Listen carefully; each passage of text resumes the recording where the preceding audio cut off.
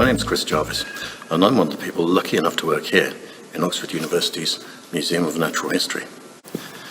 Now, when most people think about natural history museums, they think about dinosaurs. No, that's fine, because, well, we do have dinosaurs, and we are quite famous for them. In fact, in this museum, you can see this, which is the first ever bit of any dinosaur ever discovered and described anywhere in the world, the Megalosaurus. But actually, we have 7 million things within these walls, and most of them are not dinosaurs. In fact, 5 million of them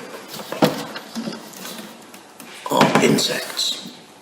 And if you knew our collections and could walk around behind the scenes, you'd probably be thinking about this Natural History Museum more as a museum of bugs. Of those 5 million insects in our collections, and we have insects from all around the world, 1 million of them are British insects. And the British insect collection here at the museum is kept in cabinets like this, in drawers. Just like this one, full of these amazing ground beetles. Now, with the help of the National Heritage Lottery Fund, we're recurating these insects at the moment so that we can store them and scientists can look at them for many, many years to come. So who collected all these insects and why? Well, these insects in our collection were collected by a very famous scientist you might have heard of, called Charles Darwin, on a voyage he made around the world on the ship called the Beagle, where he visited a place called Australia. And why did he collect them, and why do we keep them? Well, actually, the insects themselves are important, but not as important as the information that goes with them. If I hold this dung beetle that Charles Darwin collected up, you'll notice something very interesting, not just the insect on its pin. Also, on its pin, you'll be able to make out some little labels with some writing. You might even be able to see Charles Darwin's own little signature there. This is our data. The reason we collect this is so that we know who caught it, when they caught it, and where they caught it. With this data, we know this beetle was found in Sydney at this point in time. You could go back to Sydney today and you could search for this insect. And if you didn't find it, it would tell you something in that environment has changed. So our collection is as much about data and looking at changes in the world as it is about the physical insects. But insects aren't just scientifically fascinating. Actually, people have used them as inspiration for all sorts of art through the ages as well, producing beautiful paintings of things like butterflies, turning them into wonderful prints like this beetle on this cushion cover. They've made sculptures, carvings, even wonderful images like this to cover beautiful scarves and other bits of clothing. And this has been going on for a very long time. As far back as ancient Egypt, people were using insects as inspiration for their art, decorating tombs and temples with things like grasshoppers, butterflies, bees. They even gave their soldiers necklaces of golden flies to represent their bravery and persistence. And one insect they even turned into a god, the god Khepri, the giant dung beetle god who pushed the sun across the sky every day like a great ball of poo. And this was turned into amulets and charms like the one you can see here.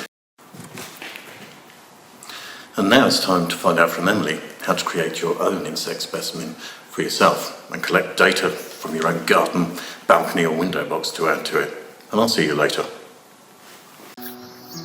Hi guys, my name's Emily and Chris has already introduced himself, so I'm really excited about working with Chris from the Natural History Museum. We're looking at bugs, insects, arthropods, and I'm going to show you how to make bugs, make 3D bugs out of materials that you can find at home.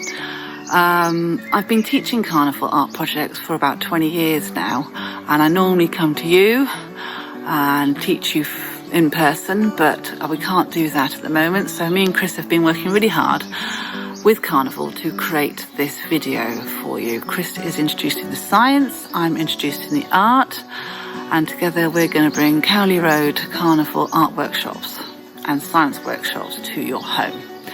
So we are going to go into the garden and have a look at bugs with a notebook that you are going to have made. And then after that, you are going to make a bug using materials that you find at home, because we can't go shopping for materials that easily. And we also want to reduce our waste. So I'm going to show you how to do that. We're going to make a display box like you find in the museum, where you've put all your bugs in. And we're going to do a data label to label our bug, identify it, and date it.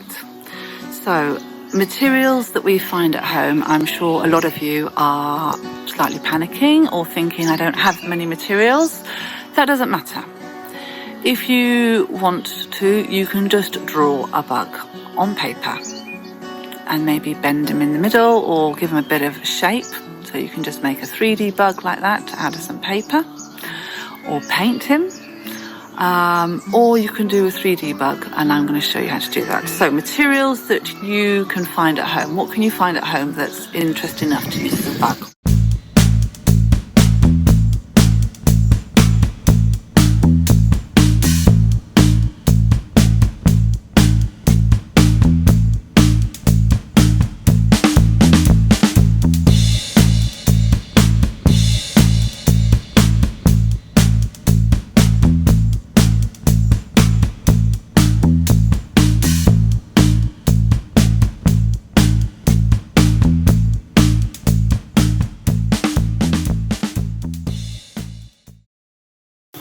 So I'm going to now leave you to watch the rest of the video, where I'm going to show you how to make everything that I've just talked about, and then Chris is going to come back in and carry on with the rest of the project. So I really, really hope you enjoy. I had lots of fun making it, and yeah, just have fun and experiment with your materials and ideas, and if you want to make more than one, please do. There's really no limit to what you can do. All right, have lots of fun. Bye.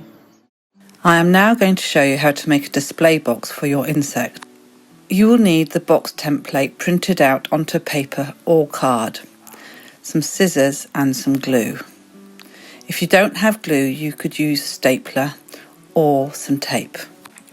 You should have printed out the box template that I've provided and print it onto paper or card. If you printed it onto paper, you could stick it onto some card.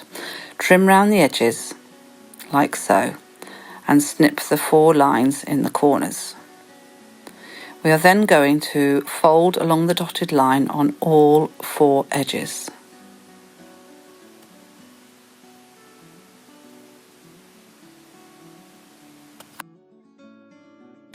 We are now going to use some glue or some tape, or you can use a stapler to fasten the corners together to create our box. Make sure the corners are stuck down really well. If you don't want to see the dotted lines, you could do it in reverse so the lines are on the outside of your box. Now I'm going to show you how to make your identification notebook or worksheet. You need to print out your worksheet onto some paper. You're going to fold the worksheet in half and then into quarters to create a simple notebook, which you can use when you go into the garden to identify your bug. You can draw a little picture on the front of your bug that you've chosen, and then inside you can put details of your insect, the name, date found, where you found it, and then describe the characteristics of your bug. Here is some inspiration from artist Cato.